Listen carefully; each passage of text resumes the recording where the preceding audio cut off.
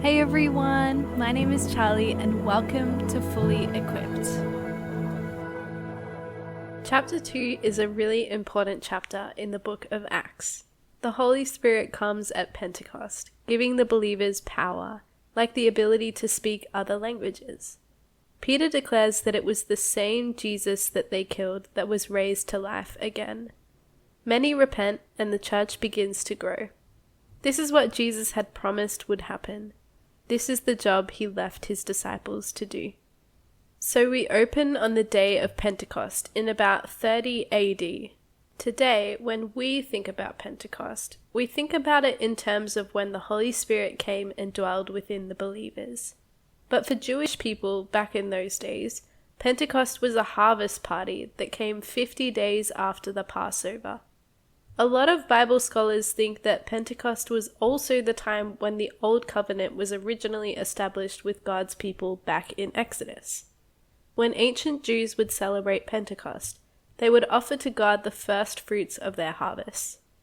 But at this Pentecost, God gives his church the Holy Spirit. There are a lot of deep and meaningful connections between when the Old Covenant was given and this Pentecost. And I'd encourage you to look more into it. But for now, let's look more into what happened. All of Jesus' followers, probably 120 of them, are gathered together in an upstairs room. Suddenly, a huge sound, something like a mighty rushing wind, fills the whole house. Then something that kind of looks like tongues of fire comes and rests on the heads of those present. Both wind and fire are things that are often used in the Bible to show God's presence. Remember when Moses met with God in the burning bush? Or how about when they built the tabernacle and God's glory hovers over it in a pillar of fire? Those stories show how God's presence was dwelling with his people. But now the believers are like walking temples of the Holy Spirit. He shows up in the same way to make the same point. He's within them. All of them are filled with the Holy Spirit, just as Jesus had promised. And what did Jesus tell them to do? To preach the gospel. But how can they do that if all of them speak the same language? They don't speak every language in the world. So the Holy Spirit empowers them to speak other languages. This gift serves as a sign of God's presence within them. The Holy Spirit is guiding their speech, and this shows the other Jews in Jerusalem that God is moving.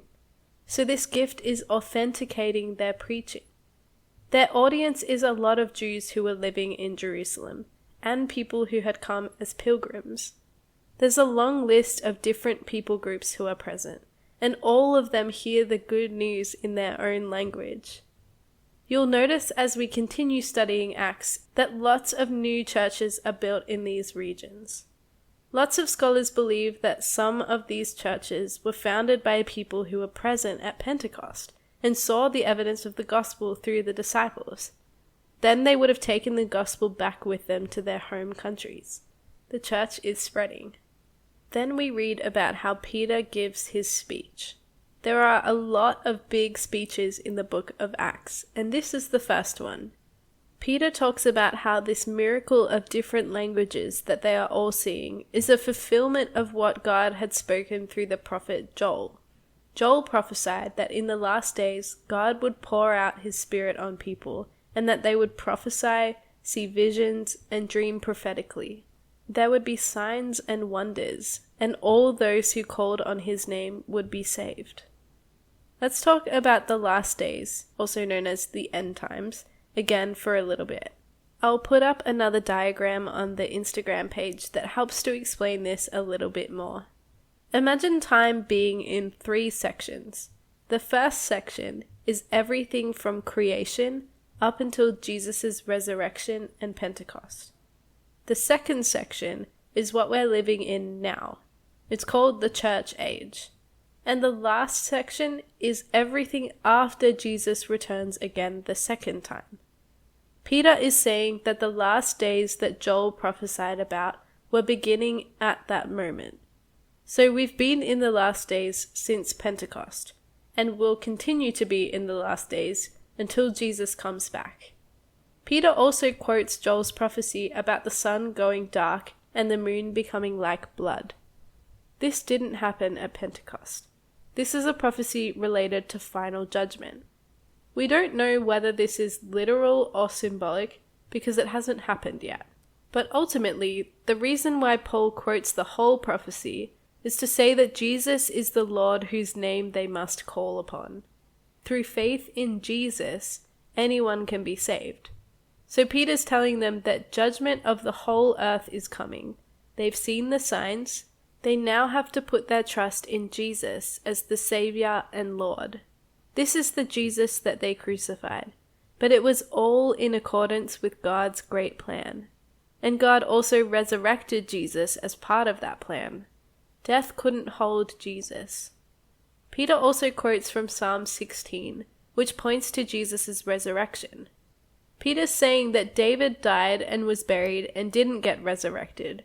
So David's not writing about himself. He's writing prophetically about one of his descendants, Jesus. So he proves that Jesus' resurrection was prophesied about in the Old Testament scriptures.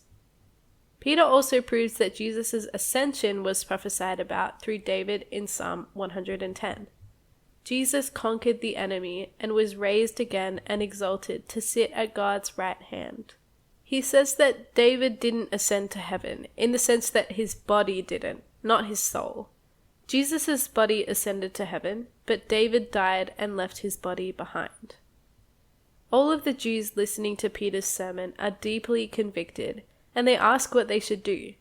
Peter calls them to repent and to be baptized. They do this through faith in Jesus. It's not just the simple act of repenting and being baptized without actually having any belief or faith in Jesus. And Peter promises that when people put their faith in Jesus and repent, they will receive the Holy Spirit. This promise wasn't just for the Jews listening to Peter 2,000 years ago. It's for all of the Gentiles as well, and for us today. God is calling people into relationship with Him, and those He calls into relationship with Him are promised the Holy Spirit. If you're a believer, you have the Holy Spirit. This means that God's presence is with you, whether you feel it right now or not. It means that you have hope of salvation and eternal life. And it also means that you're called to listen and obey whatever the Holy Spirit is leading you to do. After Peter gives his speech, 3,000 people are baptized. In just one day, the church goes from being about 120 people to over 3,000. The church is growing. After this, we get a little glimpse into early church life. It's a beautiful model of Christian community and fellowship. They're devoted to learning more about Jesus. They share what they have with one another. They spend time together. They eat together. They pray for the church. They're reliant on the Holy Spirit, and they see signs and wonders. They don't live materialistic lives. They don't care about stuff or money. They're generous and look after the vulnerable. They're joyful and worshipful. And the result of this is that God continues to grow His church. Do you ever wonder why church often doesn't look like this for us today? It's really easy for church to just become part of our Sunday routine. Maybe you go to church as a social thing. Maybe you go because it's just what you've always done. But do you ever crave more from church? Something that looks a little bit more like the early church, with genuine fellowship, joy, generosity, and evangelism. I hope that this is the kind of church experience that you get to have. But if it's not, think about some ways that you can live out these things with a small group. Maybe you could get together after church and go and minister to people, or cook meals for those who can't do it themselves, or invite people over for dinner, or start a study group with a couple of friends. Remember that God gives us the Holy Spirit, and the Holy Spirit empowers us to fulfill what God wants us to do, even when we don't think we're brave enough, or good enough, or spiritual enough. But the Holy Spirit isn't just for us. We're not supposed to keep it to ourselves. We're supposed to build the church. Jesus commanded His disciples to go out and to make disciples. He didn't command us to go and sit in a pew for a couple of hours and then go about normal life. We're supposed to take what we've been given and then share it, bear fruit, and bless other people. That's how the church continues to grow today in the 21st century, just as it did in the very first century. So how does this equip us? What do you do if you're a believer, but you don't feel like you have the Holy Spirit? Maybe you're wondering why the Holy Spirit empowered the early church to do all of these cool things, but you don't see things like that happen in your own life.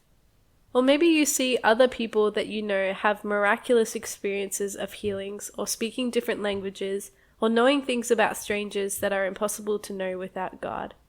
Or maybe you don't see things like this happen at all. What do you do if you're sitting there wondering if the Holy Spirit actually has any relevance or existence in your life at all? I want to encourage you that the Holy Spirit isn't far away. He dwells within believers. In John chapter 7, Jesus says that whoever believes in him will have rivers of living water flowing out of his heart.